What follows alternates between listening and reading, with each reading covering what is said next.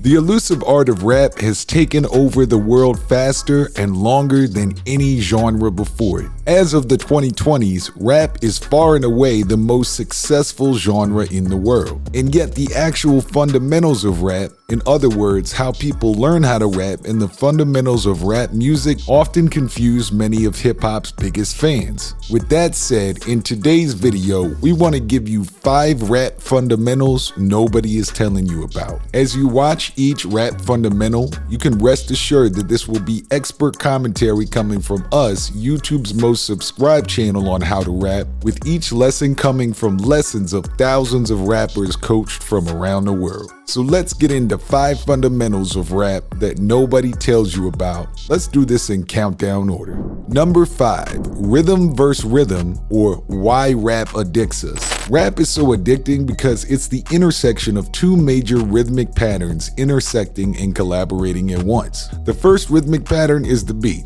and the second is the rhythm of the words and rhymes, also known as the flow. While most other genres are melody or instrument first, and thus are less rhythmically complex than rap, rap is most often rhythm first, which excites the listener's ear and makes for a more elastic genre. In other words, a genre that can collaborate with other genres. Another way of thinking about this is you can take the vocal rhythms of rap, aka rap in a flow, and put it on top of a jazz instrumental. Or you can take the instrumental rhythms of rap, let's say trap drums like an 808 or a trap style tempo, and put jazz chords on top of them. The reverse is not true, where you can take a jazz horn and use it as the main verse and a chorus of a rap beat or something like that. It wouldn't work because the audience's expectation is that they will eventually hear the rapper's rhythm or vocal flow at some point during that beat. The reason this is important as a rap fundamental is because if you're trying to learn how to rap, one of the first things you need to do is master the art of flowing on top of a beat in interesting ways. This will help you to keep the listener engaged and pull your side of the bargain as a rapper, which is to provide vocal rhythm versus the instrumental rhythm of the beat. Secret number 4 is rap storytelling can exist in many forms. Now that we've talked a little bit about the musical side of rap, let's focus on the lyrics. Rap storytelling can exist in many forms outside of just telling a he did this and then he did that format. While no one can deny the breathtaking lyrical skill that someone like a Nas, Slick Rick, Biggie, or other well-known step-by-step storytellers use to paint a picture, we shouldn't underplay the ability needed to create a universe for the listener to inhabit, exemplified by the characters and personas created by rappers such as DMX and Eminem. Re-listen to DMX's first few albums, which were absolutely generation defining. Here you have a rapper who isn't just rapping or telling a step-by-step story, he is inhabiting a living, breathing character who you get to know through songs like Get At Me Dog, where he explains that he robs and he steals, not cause he wants to, cause he has to, and his personalized style of hood love in a legendary track like How's It Going Down. His later work included equally persona-building iconic tracks such as What's My Name and Who We Be, which are not linear stories but rather universes for the listener to inhabit. If you're a rapper watching this and you'd like to practice how to create your own universes for rappers to listen to, click the first link in the video description to get our free video course, How to Write a Rap on Any Topic in 20 minutes or less, which will help guide you step by step how to write exhilarating rhymes for your audience. But don't forget that also Eminem is an excellent example of character building. Tracks like My Name Is and Role Model have little mini stories within them, such as walking into the strip club tale in My Name Is and his retelling of the O.J. Simpson story in Role Model. But overall, the tracks are more of a universe that this young twisted persona of Slim Shady that Eminem has created for us to listen to. Therefore, don't take it for granted that as a rapper or as a listener, it's important for the artist to tell stories in more than just a this is what my day was like format.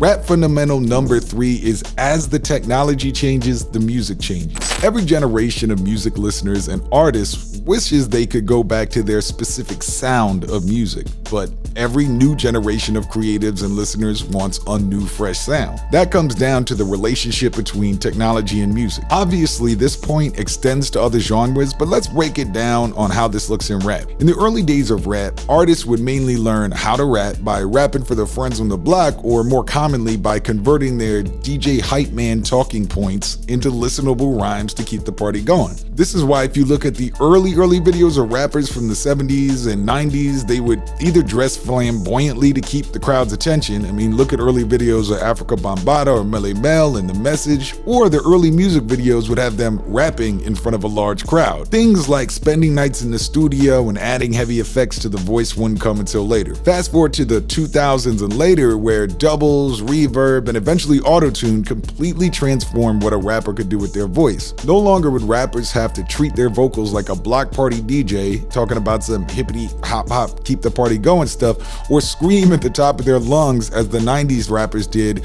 coming from like the cypher culture where you had to like yell to get the crowd's attention. Now rappers can sound relaxed and let the effects do the work for them, which leads to more mellow sounding artists and vocal tones in 21st century rapping. Therefore, the relationship between technology and rapping is similar to rhythm versus rhythm as we described in fundamental number 5, and it's fundamental for anyone who's learning how to rap to understand.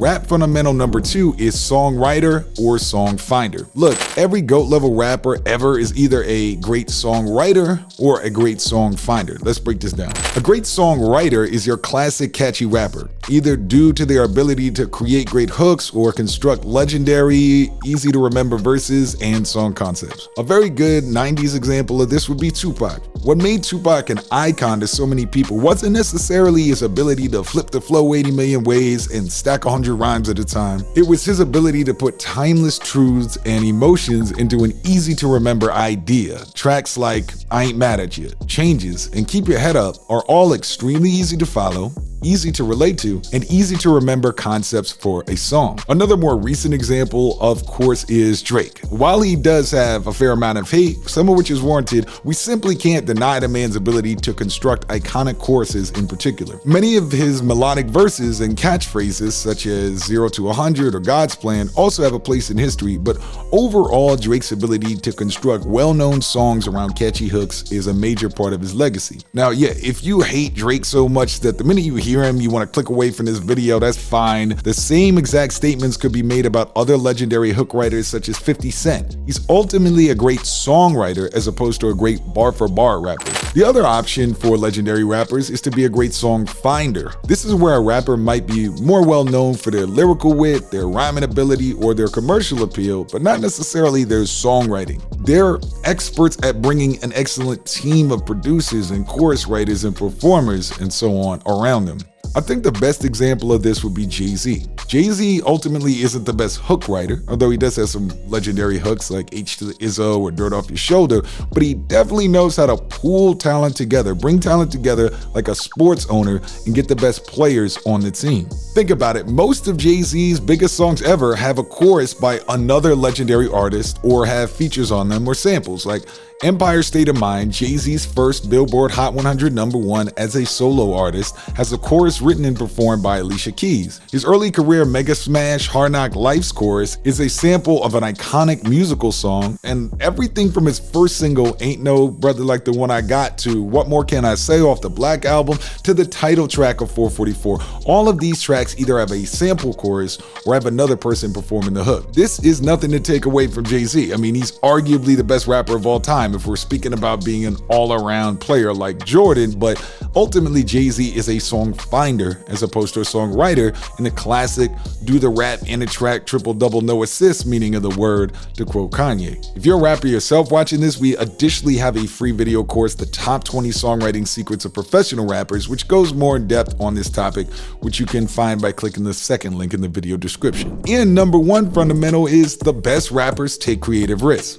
In a similar vein to understanding how actual GOATs create music around song structure, let's not forget that almost every icon-level rap artist has gone against the grain at least once in their career. Whether it's Kendrick Lamar going full Black Power on To Pimp a Butterfly when he could have easily chased clout and money rap like so many artists do after a successful first couple of albums, or it's Kanye West completely revolutionizing what a rapper can be by essentially doing an R&B album with 808s and Heartbreak outside of just the actual use of autotune on that, or it's more recently older rappers like Nas embracing the newer generation of producers such as Hit Boy, coming off that Kanye West helmed Nasir, which received a lukewarm response, and Nas using that newfound steam from Hit Boy to power his way to finally getting his first Grammy. The most legendary rappers almost always take at least one major creative risk in their career, and when it pays off huge, the way it did for all of the artists we just mentioned. So again, if you're someone who's learning how to rap or wonders why you love your favorite rapper, it's probably due to one of these 5 fundamentals of rap, or maybe all 5. Now, if you like this video, we're gonna put on screen 10 rap voice secrets that nobody tells you. It's one of our bigger videos recently this year. It's very similar, but it's just specifically about rap voice. And of course, if you're a rapper watching this, be sure to get your free courses that we mentioned. But with that being said, we appreciate you watching. It's the big homie Drew